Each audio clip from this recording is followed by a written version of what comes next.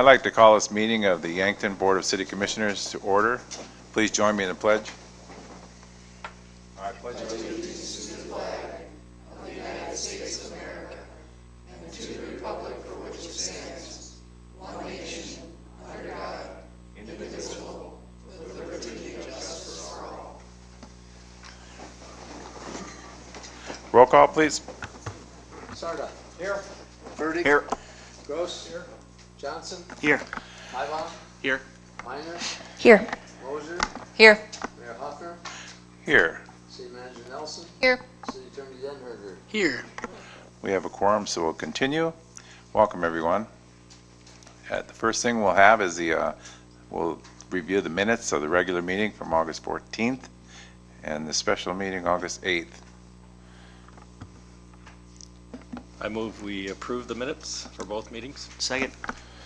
Been moved and seconded to approve our minutes from the last meeting. Any discussion? Anybody from the public? All in favor say aye. Aye. Opposed? Motion carried.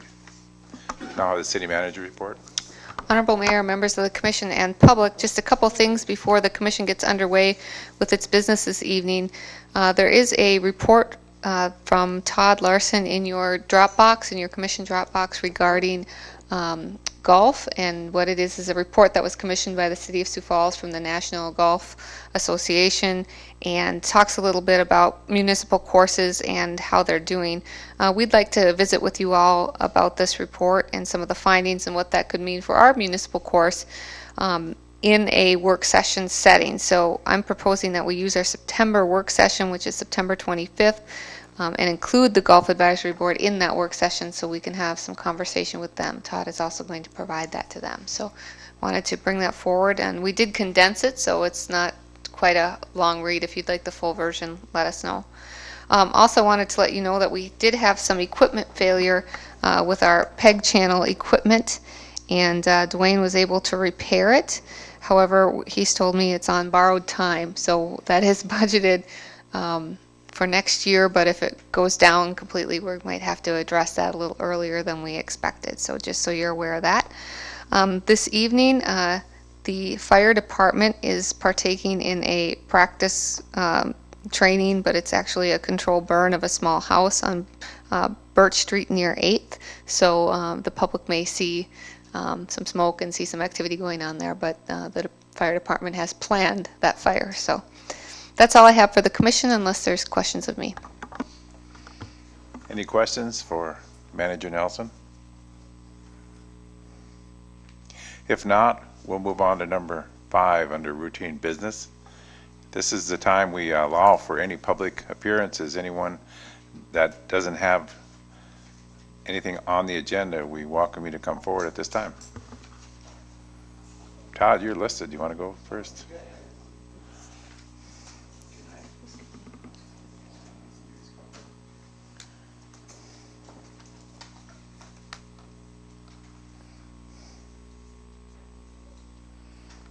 Good evening. My name is Todd Van Motten, and I'm here tonight as a representative of a new group that has been formed, Yankton County Supporters of Production Agriculture. And we're here tonight because we want to get a message out about the positive aspects of livestock.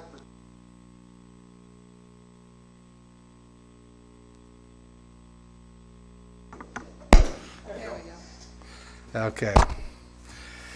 Anyhow, let me start a little bit. We're here tonight to, just because you are a group of community leaders, and we'd like to let you know about our organization and talk a little bit about what production agriculture can do. You know, you as a city and as our county, we're always looking for new economic development. And as you know, livestock production has been kind of a hot topic in the county. There has been a lot of probably negative information provided, and we'd just like to add a counterbalance. Our group is made up of producers, businessmen, and supporters of agriculture. Sometimes ag producers aren't their best promoters, and so we're trying to help that effort. The group's mission is providing support to Yankton County producers that add value to our economic system through safe farming practices. You know, there was a number of permits that were submitted for some swine units at the county level. They have subsequently been withdrawn. There's some new smaller permits that are out there right now. You know, and primarily the message that we've been seeing on social media and the paper has been somewhat negative. You know, we respect people's right to oppose projects, but we feel there is a positive message in both economic and an environmental standpoint we'd like to give you. Just as a background, I'm a civil engineer and worked the last 20 years primarily working with CAFOs and helping producers permit them, design them, and help construct them. So I have a lot of firsthand experience with what is being discussed right now. And, you know, we use the word CAFO, and that seems to be somewhat derogatory as we hear it. That stands for Concentrated Animal Feeding Operation. And again, it doesn't really mean, you know, it could be 200 head or 2,000 head.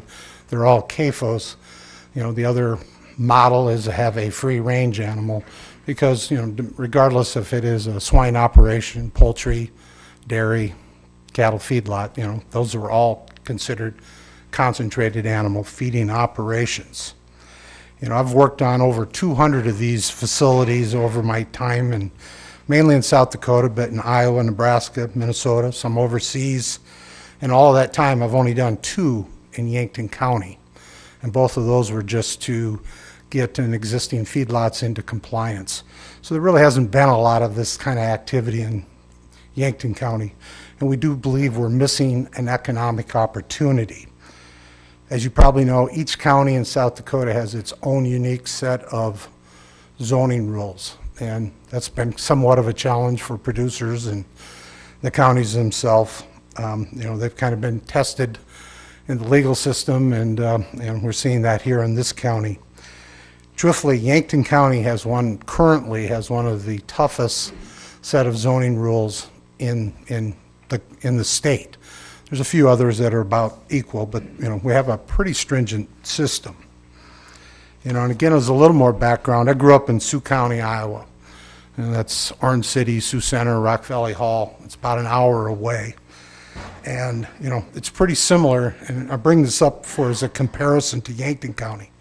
You know, it's about the same size, about the same tillable acres. They have a population of about 34,000. We have 22,000. But one of the big differences is livestock over there.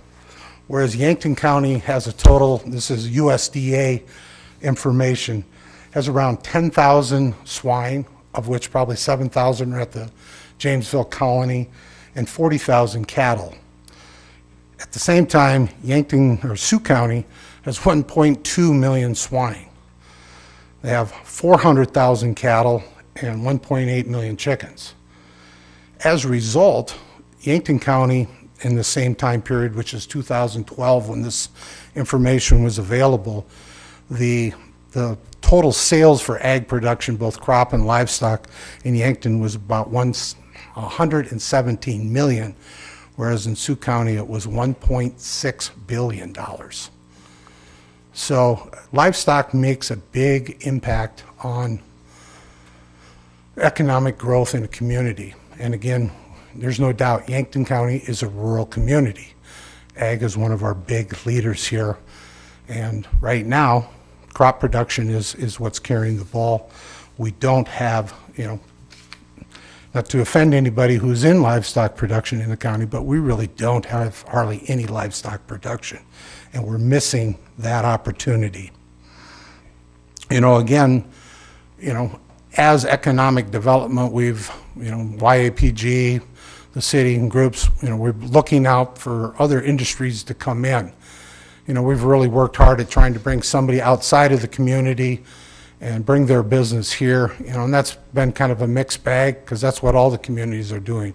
I know the emphasis right now is let's take a look at our existing businesses and try to help them build up. Well, we take a look at our agricultural sector. We have the land, we have willing participants to start these projects.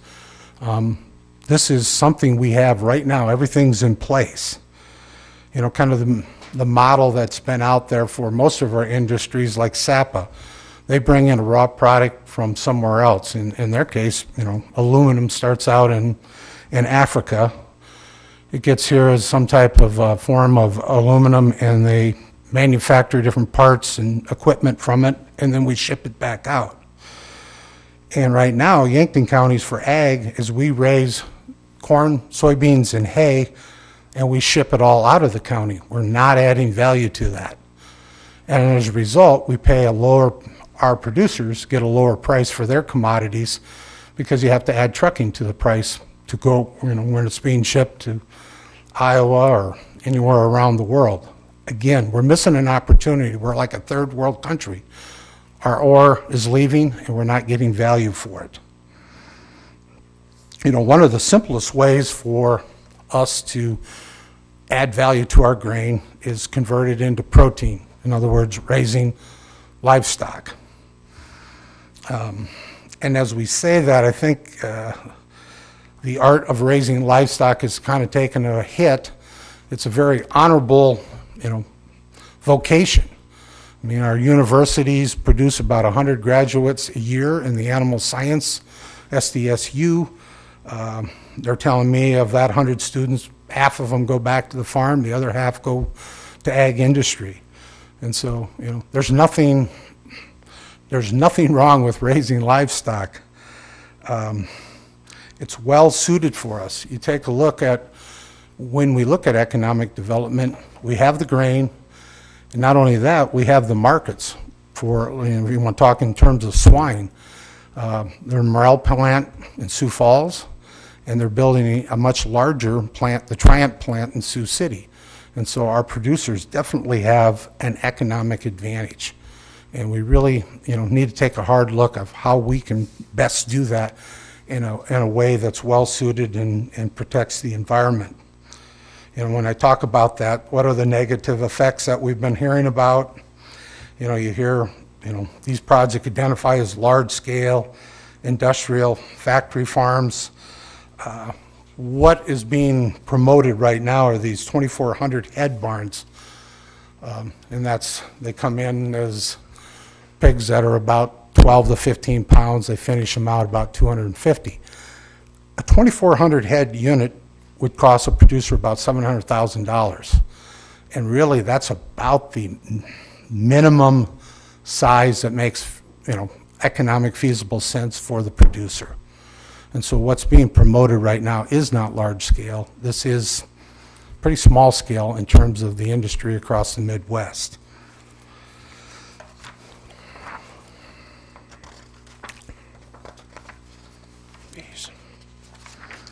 You know, again, if we'd look back 50, 40 years ago, that would be a large size. You know, I come from an ag background, and we had 60 sows, and we raised pigs, you know, from wean to market, and that was considered very large.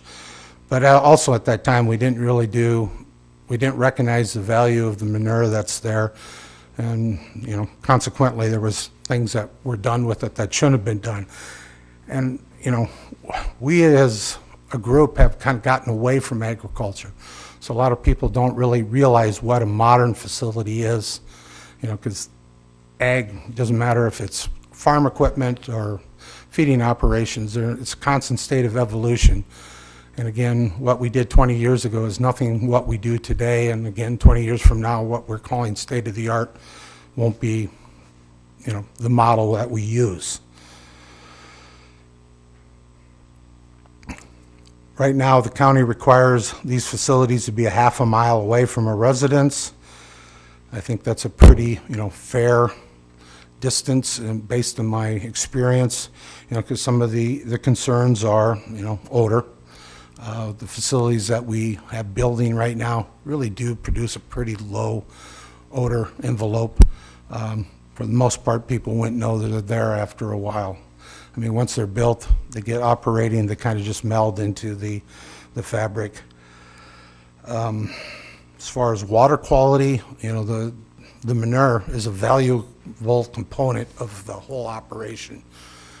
As I said back in the day, we didn't really recognize the value of it, but today commercial fertilizer is so expensive that the manure is, it is recycled as fertilizer. And across the board, once you fertilize with animal manure, you're going to get a better yield than you will from commercial fertilizer, and that's due to the micronutrients in that manure that also help build the soil quality. As far as health, there's we've heard a lot in the paper about health concerns.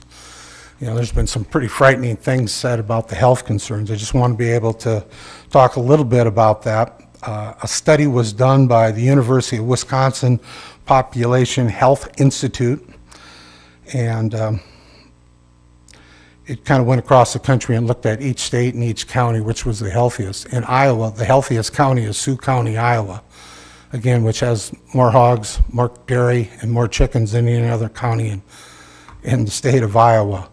And so, it's a good example of, when we hear different things in the media, you can take a look and see a real world example that it's not as bad as what may be promoted right now. And again, a little bit of talk on, you hear a lot of talk about property values going down because of a CAFO nearby. Again, real world values that go into northwest Iowa, and there is no such thing as a cheap acreage. If you haven't had the opportunity to drive through northwest Iowa, Sioux Center, Orange City, Rock Valley area, you'd just be amazed at the variety and the amount of livestock over there, and more so the quality and the value of the homes that are within a stone's throw of most of these facilities. It's striking. So that was just kind of a quick, brief overview. In conclusion, our group would like you as community leaders to have a positive information on livestock production. We'd like to be a resource to you if you do have questions. And I think what we have here in the county is we can do this in a responsible manner and really provide a large economic impact to our county and the area. So I appreciate your time, and if you have any questions, I'd be happy to answer them. Quick question for you. You had mentioned the University of Wisconsin study, and they declared that Sioux County was the healthiest county, but can you qualify for us what does that mean to be the healthiest county? I have a copy of the report, and I'd leave it with you. That'll do. Thank you. Okay. It has a lot to do with longevity, apparently records from the medical facilities. I don't know if you've ever been over in Sioux County. It's the wealth there that has been generated by livestock is pretty incredible. The town, it's only 34,000 people, and they've got 4 hospitals in the community, in the county. Maybe that's why they're so healthy. I don't know. Thank you, Todd. Appreciate the time. Thanks so much. Anyone else would like to appear? Michael? How are you guys tonight? You want to state your name for the... Yeah, I definitely will. My name is Michael Schumacher, and tonight is kind of last minute doing this. This came up over the weekend.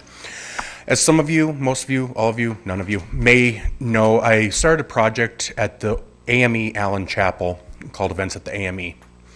Not the most original title, but it's what I came up with. And what we've been doing are cultural events and concerts. But this weekend I spoke with Dr. Robin Duncan. He's an educator out of Sioux Falls. He had been down to do our Frederick Douglass presentation. And we were speaking just about the need for dialogue.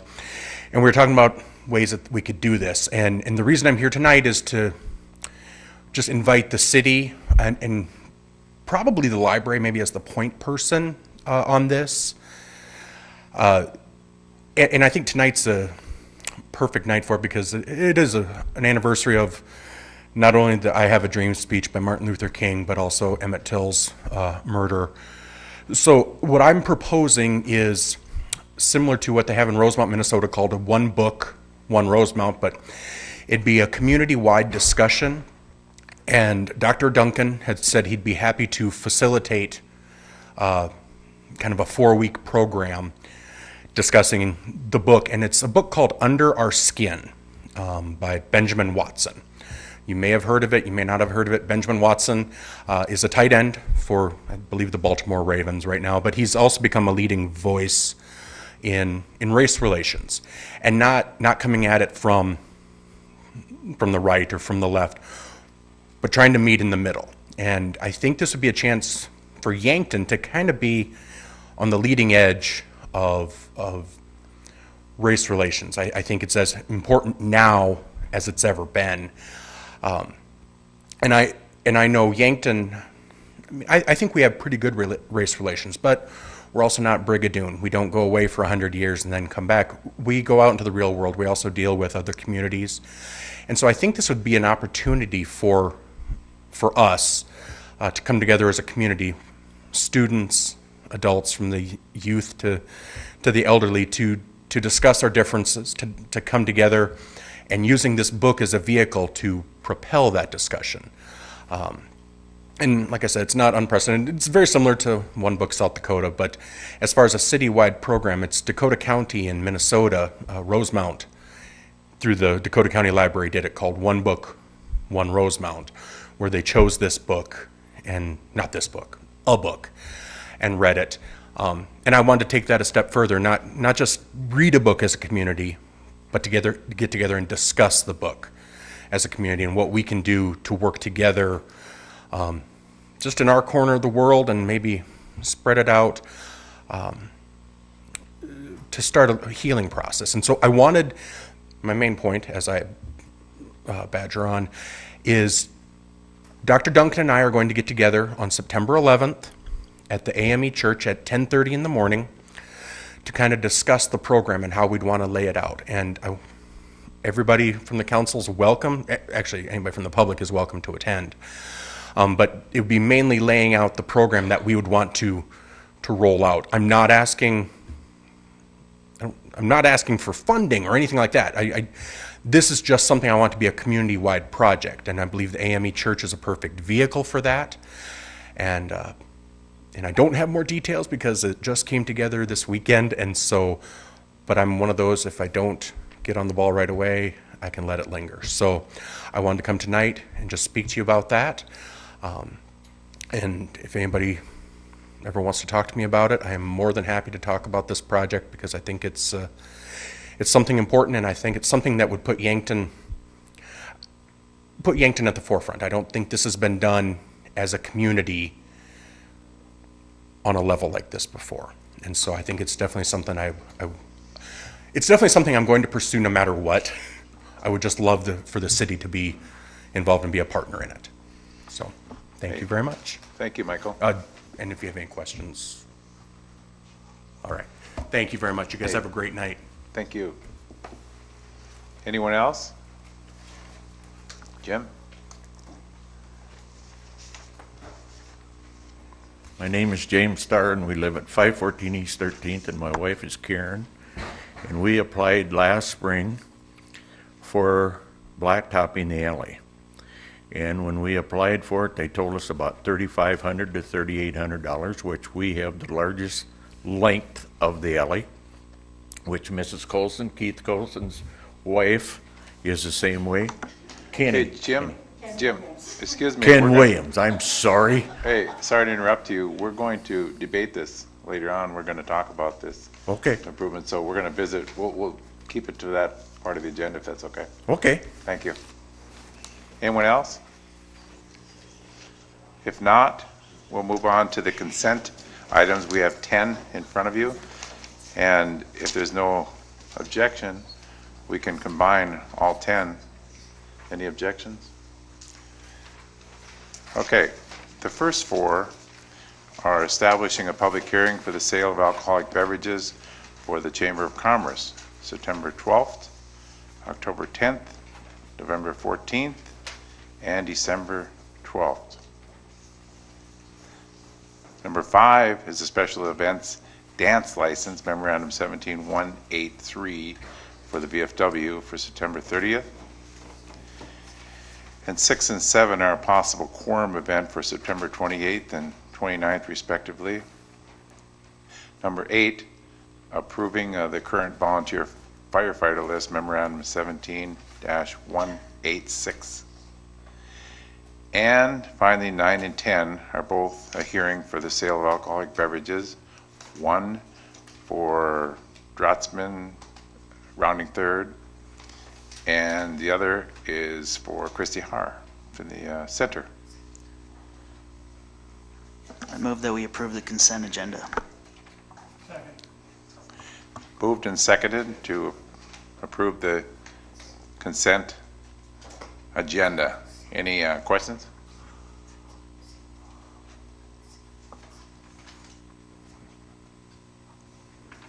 Anybody from the public? All in favor say aye.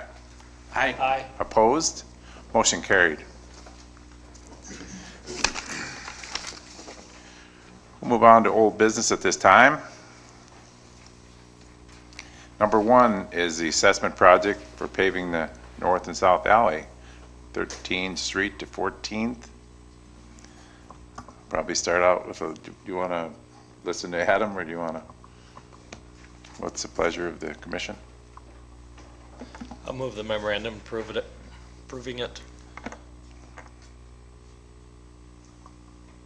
Second. It's been moved and seconded. Discussion. Any questions from the commission?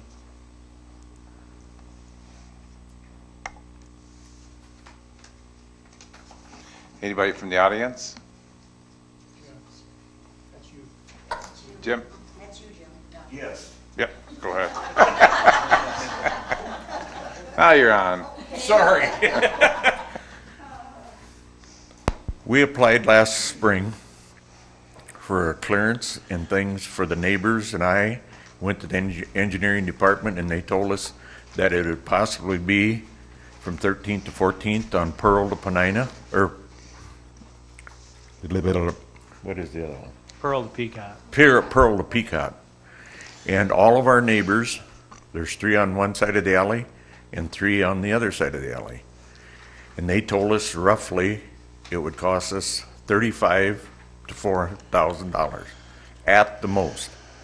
Now we get a bill for roughly at $6,300. And when I went down and talked to the engineering department the other day, we were never ever told that it was going to be 20 foot wide. But I don't know how we can be 20 foot wide when we only have a clearance of 14 feet. And when you go and price the material for it, for our property, is only costing less than $900 for the blacktop. And I'm wondering why we have to pay $6,300 with the material, and I can't see that we have to pay that on the equipment and the labor because it is a nonprofit organization that's doing it. So why should we have to pay even $3,000 or $4,000 instead of $6,300? That's my question. And the neighbors say the same thing. Adam? So just to give a little background on this, it's a 20-foot wide alley right-of-way. And in the perfect world, we would pave a 16-foot wide blacktop pavement down Where are you that. going to get 16 foot? Well, hang on.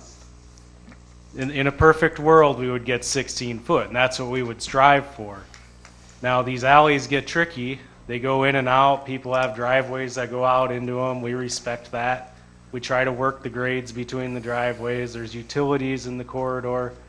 So this is just an estimate for a 16-foot wide pavement to give you the worst case scenario, possibly the worst case scenario of what it could cost, what you could be assessed for that pavement, and the work associated with that. Well, This right. isn't a set in stone, this is an estimate. Right now, my wife and I the other day went outside. From our cement driveway, the width of this gravel is 14 foot. Then that's That's probably what it would end up being when we pave it. Would be from 14 that foot. point to the neighbor's fence is 2 foot. So we ain't got even 16 foot. Like I said, in a perfect world, that's what we would strive for, 16 foot. Okay, can you roughly give us an answer of what would it cost us then? I'll have that number when the project's complete. When would we get that notice? After the project's complete, you get. Well, how do we know we want to pay this amount? What if we don't want to pay that amount? This Which- is how the assessment process works. That don't make sense. I'm going to interject here. Okay, so the assessment role is giving you a worst case scenario. You should never have to expect more than this amount. What he's saying is when the project's done, it could come in less. But if you don't want the project, you and your neighbors have the right to protest the assessment and kill it. If you get 55%, if you get together those owning at least 55% or more of the frontage of this project, you all sign a petition and you kill it.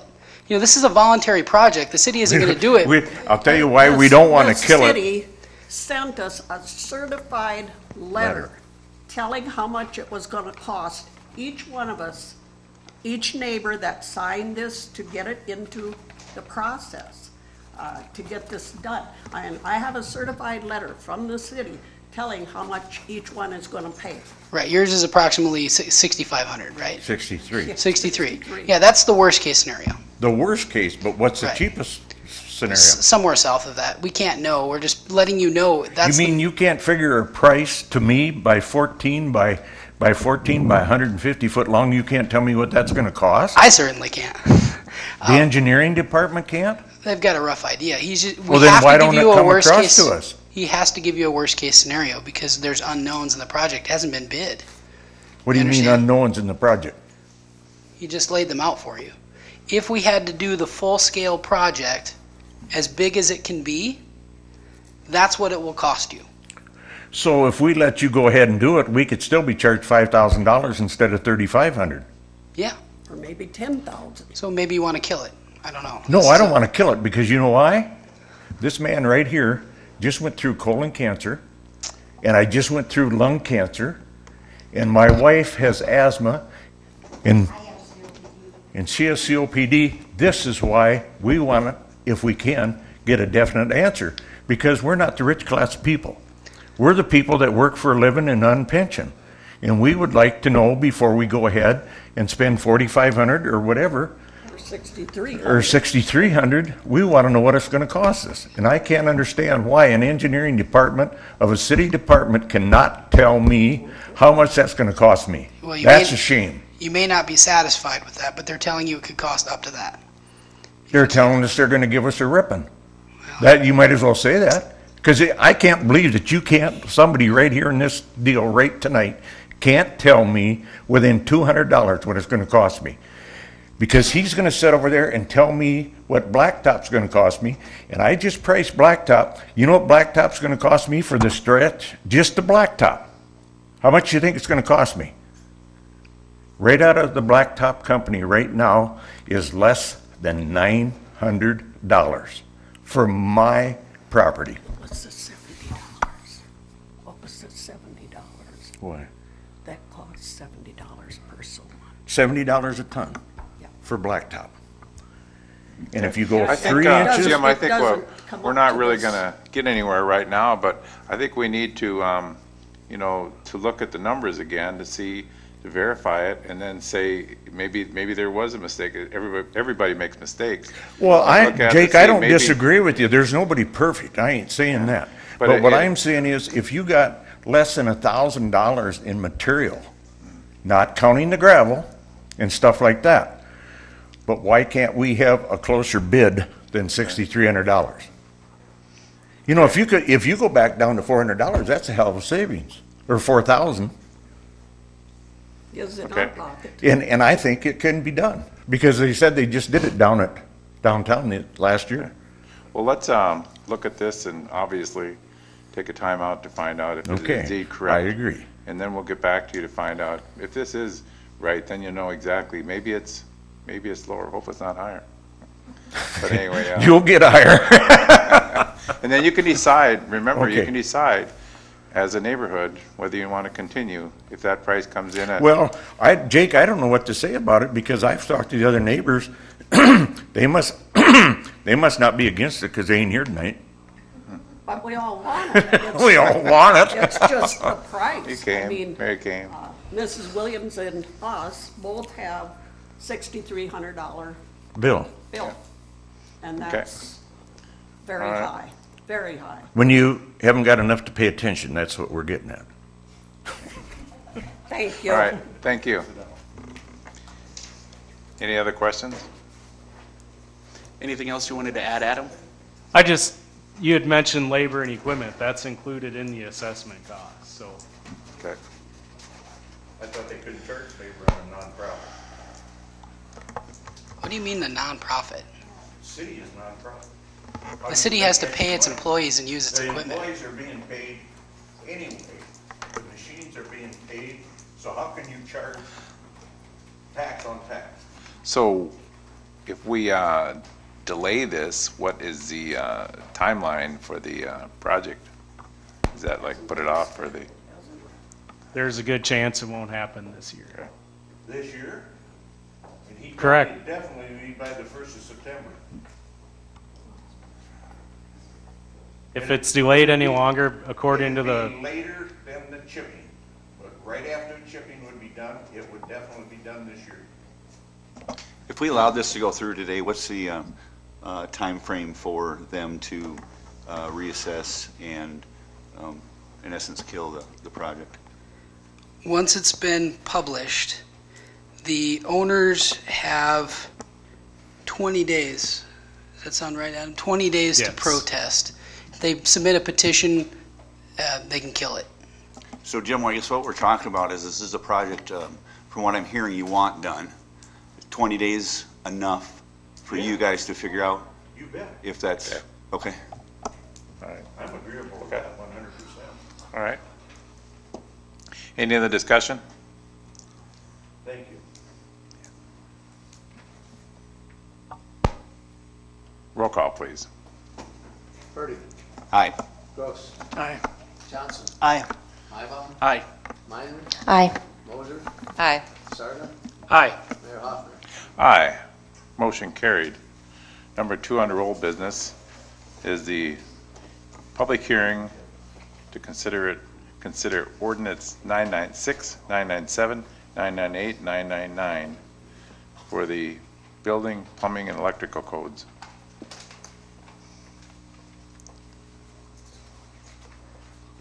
Thank you. I'll move the memorandum to approve the revisions to the codes. Second. Been motion and second. Any discussion? Anybody from the audience? Roll call, please. well, I'd like to speak to this. Okay, go ahead. Sorry, Lee. I'm Lee Reddick. I'm the owner of Yankton Storm Restoration and For Life Homes LLC. But I come before you today as a representative of the Lewis and Clark Home Builders Association. We are talking about the code adoption, right? Okay, that went awfully quick. I wasn't expecting it to go so quick. And I wanted to take this opportunity to, first of all, applaud Joe Morrow and the folks who have been working on this. As you all know, this hasn't been changed since 2003.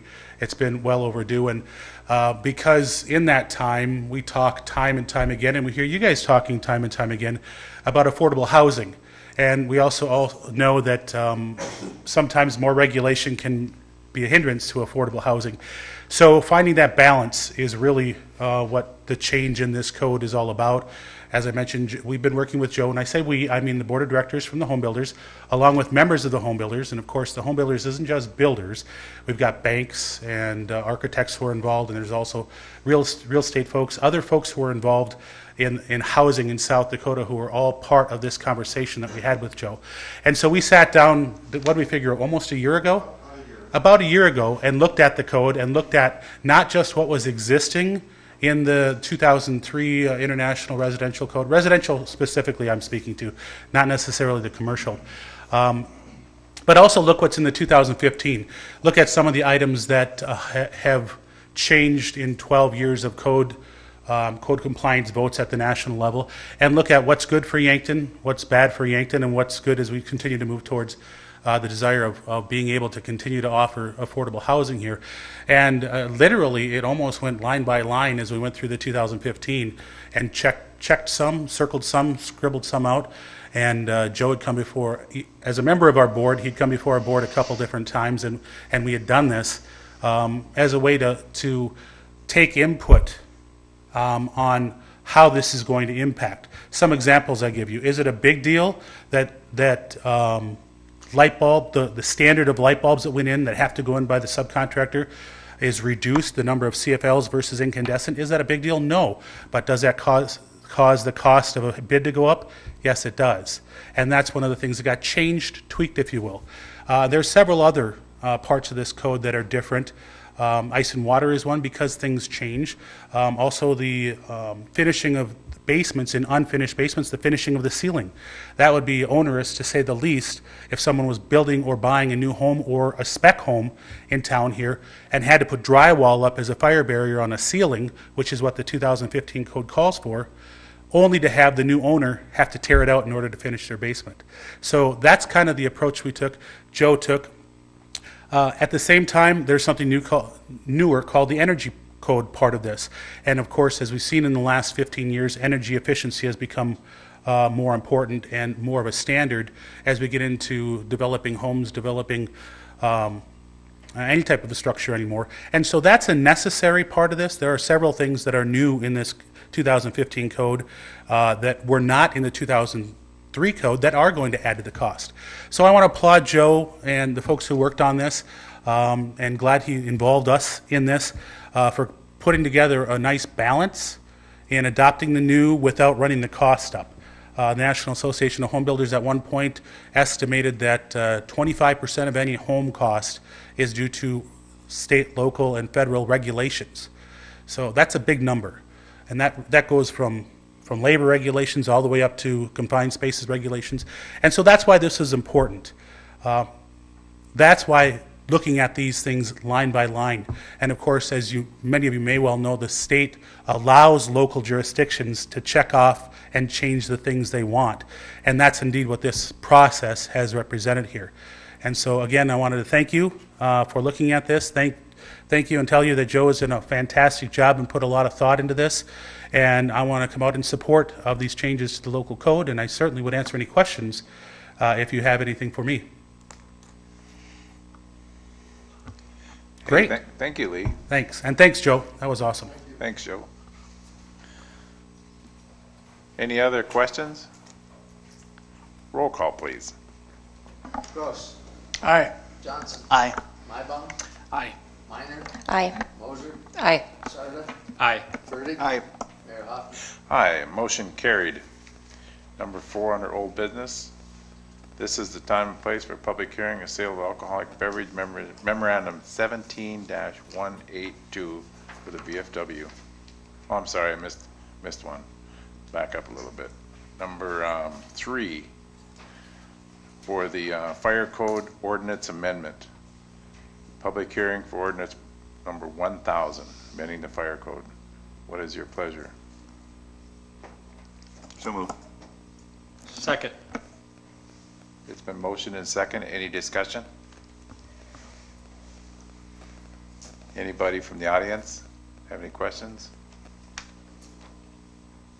Roll call, please. Johnson. Aye. Mybom. Aye. Minor. Aye. Moser. Aye. Sarda. Aye. Burdick. Aye. Gross. Aye. Mayor Hoffman. Aye, motion carried. Now number 4 under old business. Public hearing for the sale of alcoholic beverages, memorandum 17-182, VFW. I will move the memorandum. Second. It's been motioned and second. Any discussion among the commission? Anybody from the audience? Roll call, please. Minor. I'm sorry. Mybom. Aye. Minor. Aye. Moser. Aye. Sarda. Aye. Burdick. Aye. Gross. Aye. Johnson. Aye. Mayor Hoffman. Aye, motion carried. Moving on to new business, number 1, Planning Commission recommendation for a tax incremental district Memorandum 17-179. So moved. It's been moved and seconded. Any discussion? I'd like to hear the Reader's Digest version. Thank you, Dave. He's ready to go. Sure. As you know, over the last, well, I was going to say several, but it's probably more like 7 to 10 years, we've been hearing proposals from the owners of the Yankton Mall, and also as staff and some of our good friends in the business, people like Todd Meyer-Henry and Toby Morris from Doherty and Associates have tried to make suggestions as to how to make the mall a more viable place in our community. A couple of years ago, the City Commission adopted a self-assessment district, which if it ever is needed as a tool, we can still record it and use that. That is not being considered here tonight. What's being considered here tonight is Yankton Tax Increment District Number 9. And the real reality of it is it's probably about the only performance-based tool that we have left in the toolbox right now to help assist an underperforming property in our community, that being the Yankton Mall. And the purpose of the tax increment district is to try and capture some increment that could be created by a new development on the site. In other words, we're not talking about any added value to the existing structures on the site. The proposal is that there'd be room for 1 or maybe eventually 2 new structures on the site that would create more taxable value and create an increment on that site.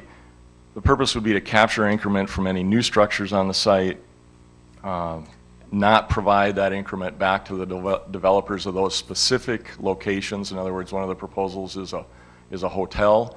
The proceeds would not go back to that hotel. That's not the intent.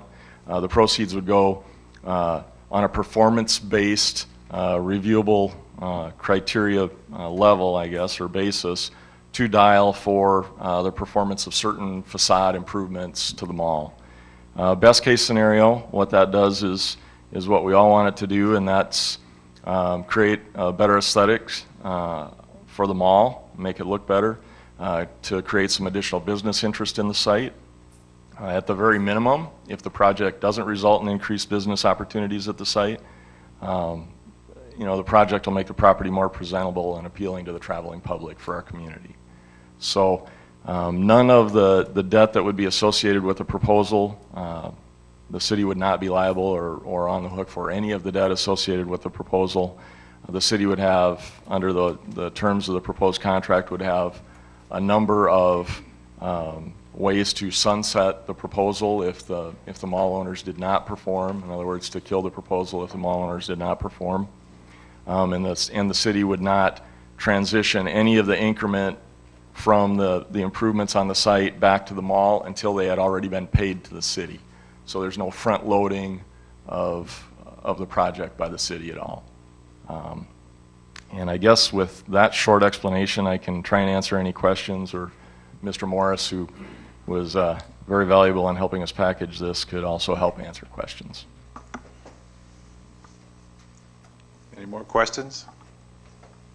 When we talk about facade, we're talking about the actual mall structure. It's not for parking lots. Correct. This proposal is to deal with the mall structure itself, primarily the east-facing part of the mall structure. You'll notice in the plan that the number that's included in the tax increment district proposal is larger than what the mall expects to expend on the actual facade improvements, and that's there for a reason that way. That is, if any other development occurs on the site that creates some increment, we have the opportunity to go back into a discussion with the mall, and yeah, the parking lot would be one of the first things that I think that we would need to talk about at that point in time, if there's something in addition to the increment from the first development on the site available. And what would be the timeline that we could potentially start seeing some improvements? So the way the contract is written, and city staff and Mr. Morris were pretty much sticklers that something needed to happen pretty quick, but August 30th of 2018. So the project would happen next year. This agreement, the adoption of this TID, would give them the borrowing capacity to make it happen. and then as increment came in, it would be transferred back to them so they could retire the debt. It guarantees their debt.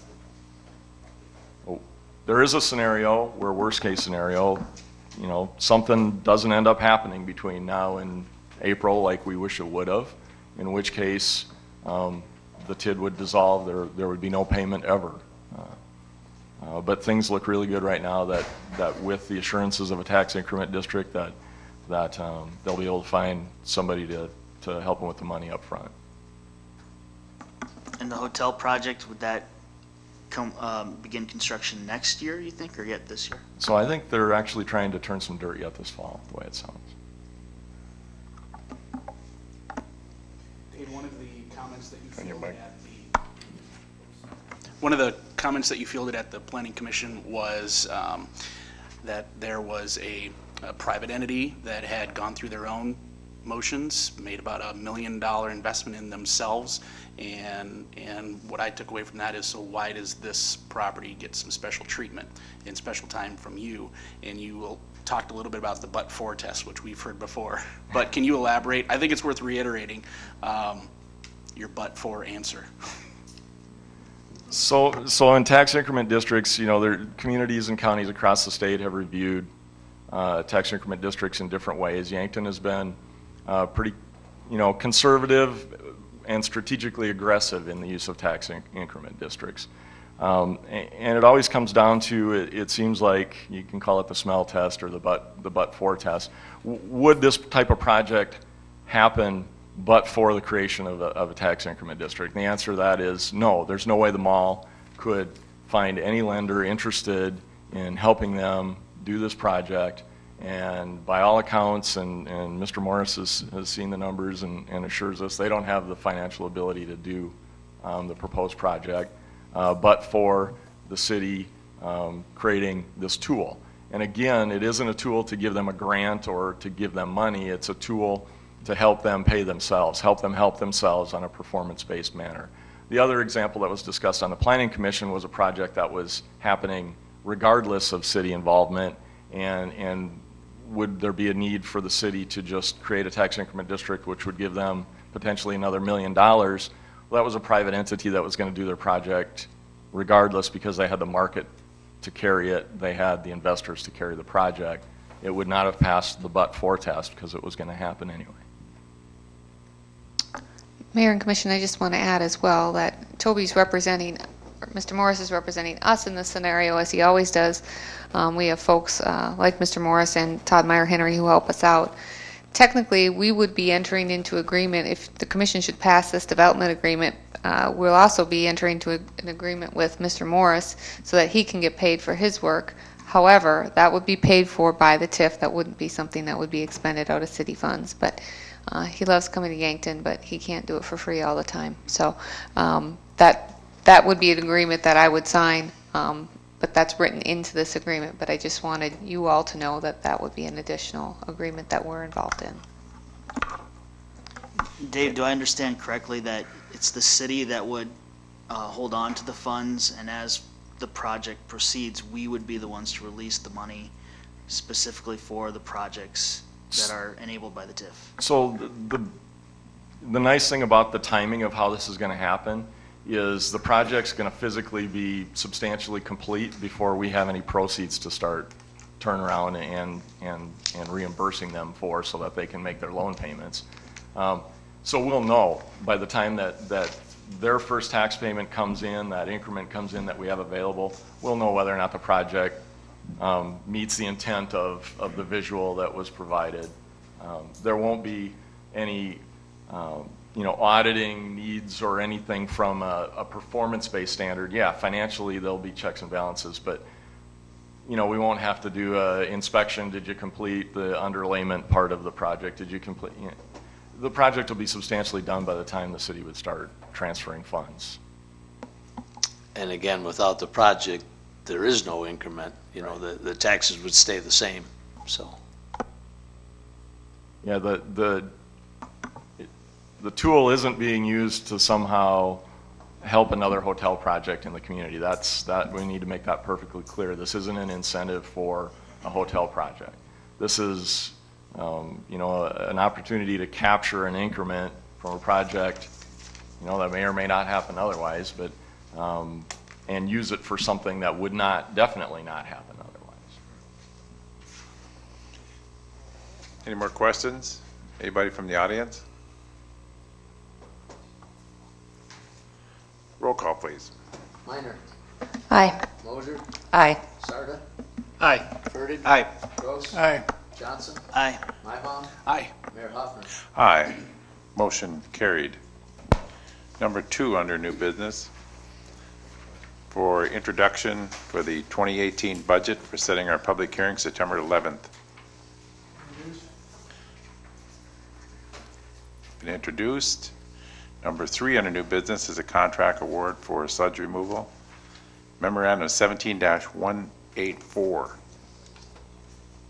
I'll move the memorandum. Second? Been moved and seconded. Any discussion? Anybody from the audience? Roll call, please. Moser. Aye. Sarda. Aye. Fertig. Aye. Gross. Aye. Johnson. Aye. Mybom. Aye. Minor. Aye. Mayor Hoffner. Aye, motion carried. Number 4 under new business is a memorandum of understanding with the state of South Dakota. Memorandum 17-173.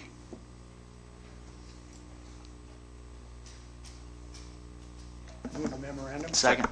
It's been moved and seconded. Any discussion? Anybody from the audience? Roll call, please. Sarda. Aye. Fertig. Aye. Gross. Aye. Johnson. Aye. Mybom. Aye.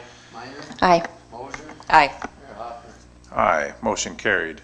Moving on to number 5, under new business, Planning Commission Plat Review, Memorandum 17-180 regarding Resolution 17-34. So moved.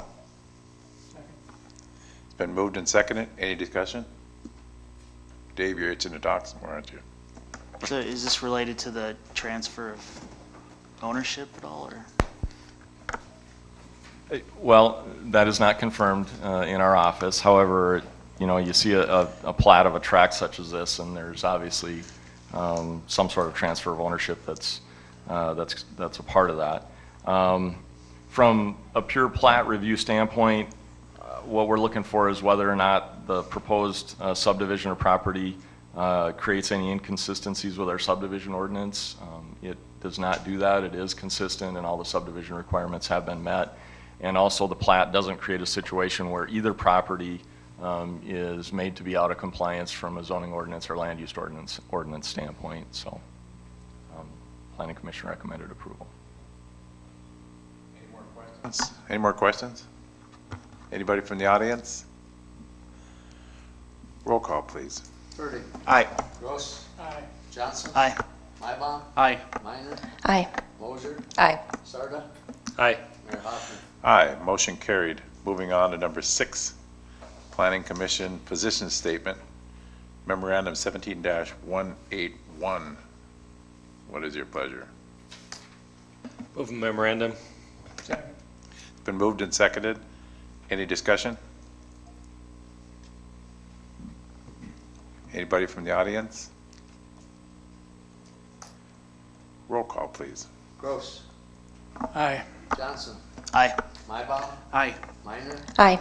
Moser. Aye. Sarda. Aye. Fertig. Aye. Mayor Hoffner. Aye, motion carried. Moving on to number 7, under new business, VFW Special Events Parking Request Memorandum 17-187 and Resolution 17-35. So moved. Second? It's been moved and seconded. Any discussion? Anybody from the audience? Roll call, please. Johnson. Aye. Mybom. Aye. Minor. Aye. Moser. Aye. Sarda. Aye. Fertig. Aye. Gross. Aye. Mayor Hoffner. Aye, motion carried. Finally, Carmen and Casey, we're coming to that time.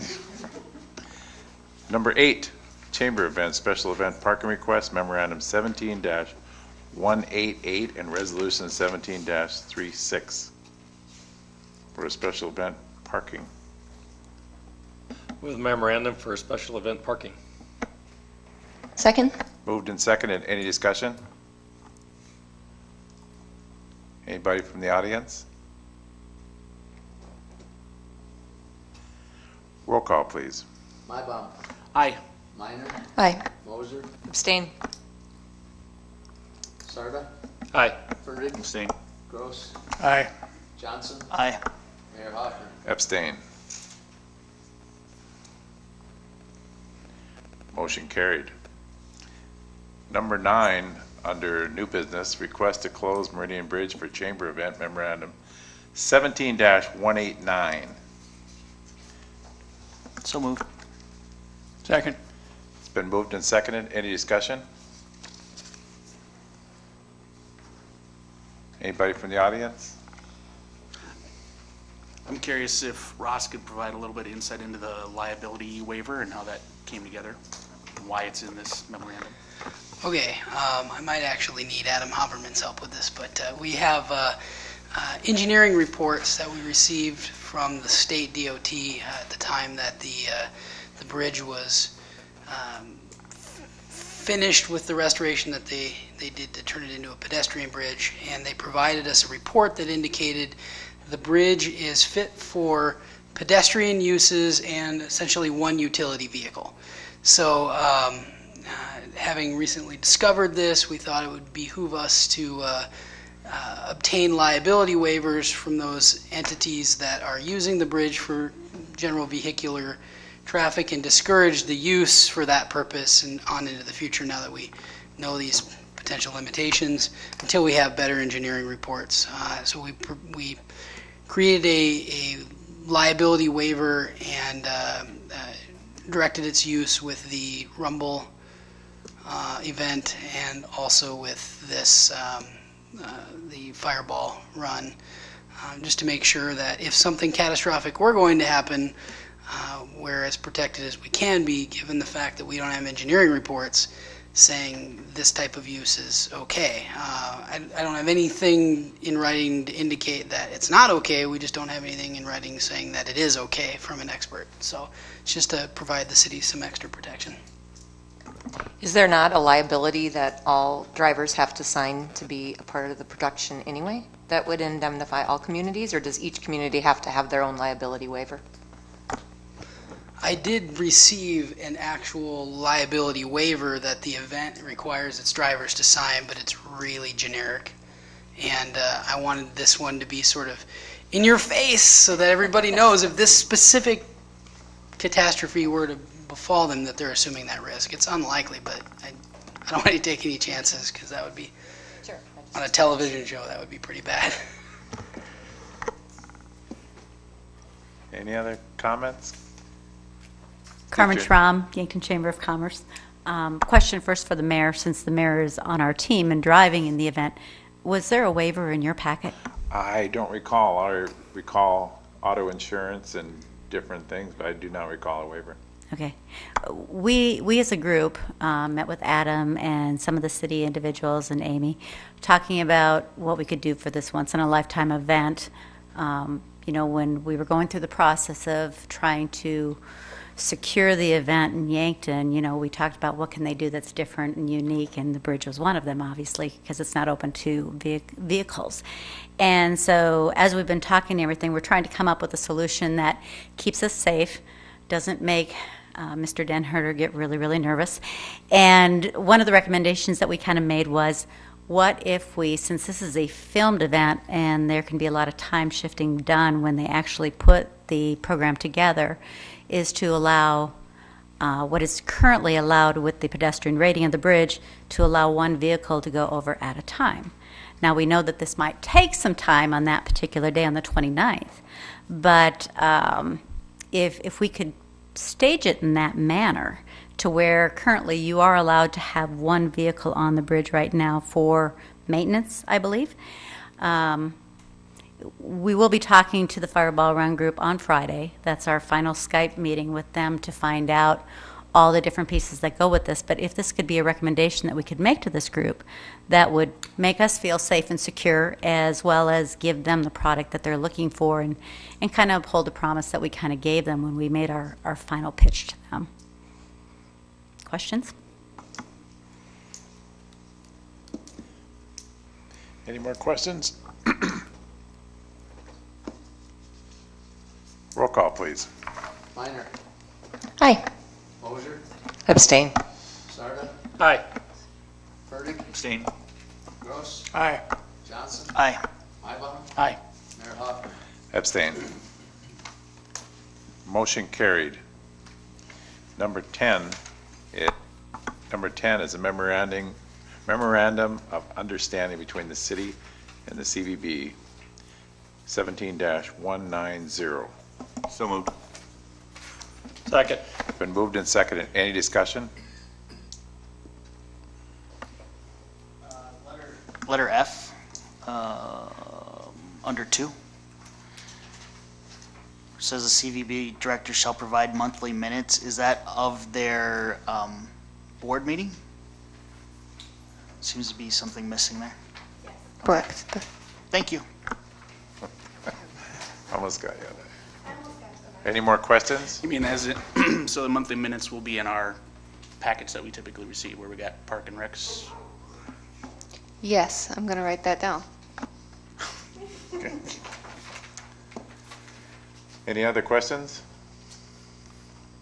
So this is considered a multi-year MOU, and thinking back to when we had our strategic planning earlier this year, the subject of MOUs came up, but I don't recall any commissioner saying we need to transition to multi-year MOUs. But I'm curious to know if this is the plan also for other, like YAPG, if we are going to start transitioning to multi-year MOUs going forward. That would be as the commission's wishes, at their desire. We felt like we were, Casey and I felt like we were far enough along in this year that we should incorporate at least 1 year. And because of the time it took to negotiate the contract or the MOU, that we should, it might be easiest to do a multi-year, but that's at, your all discretion if you would like to do it just for this year or you'd like to make a change so it's this year and 2018. The funding goes with the budget year, so that's per your guys's, at your pleasure. Any more questions from the audience? Roll call, please. Mosier. Aye. Sarda. Aye. Burdick. Aye. Gross. Aye. Johnson. Aye. Mybom. Aye. Minor. Aye. Mayor Hoffman. Aye. Motion carried. The final item is number 11 under new business, amendment number 2 to the agreement with the South Dakota DOT and the City of Yankton. Memorandum 17-185. I will move the memorandum. Second. It's been moved and seconded. Any discussion? Any questions? Anybody from the audience? Roll call, please. Sarda. Aye. Burdick. Aye. Gross. Aye. Johnson. Aye. Mybom. Aye. Minor. Aye. Mosier. Aye. Mayor Hoffman. Aye. Motion carried. I'll now entertain a motion to adjourn into executive session to discuss personal and contractual and litigation matters under South Dakota Codified Law 1-25-2. So moved. Second. Moved and second.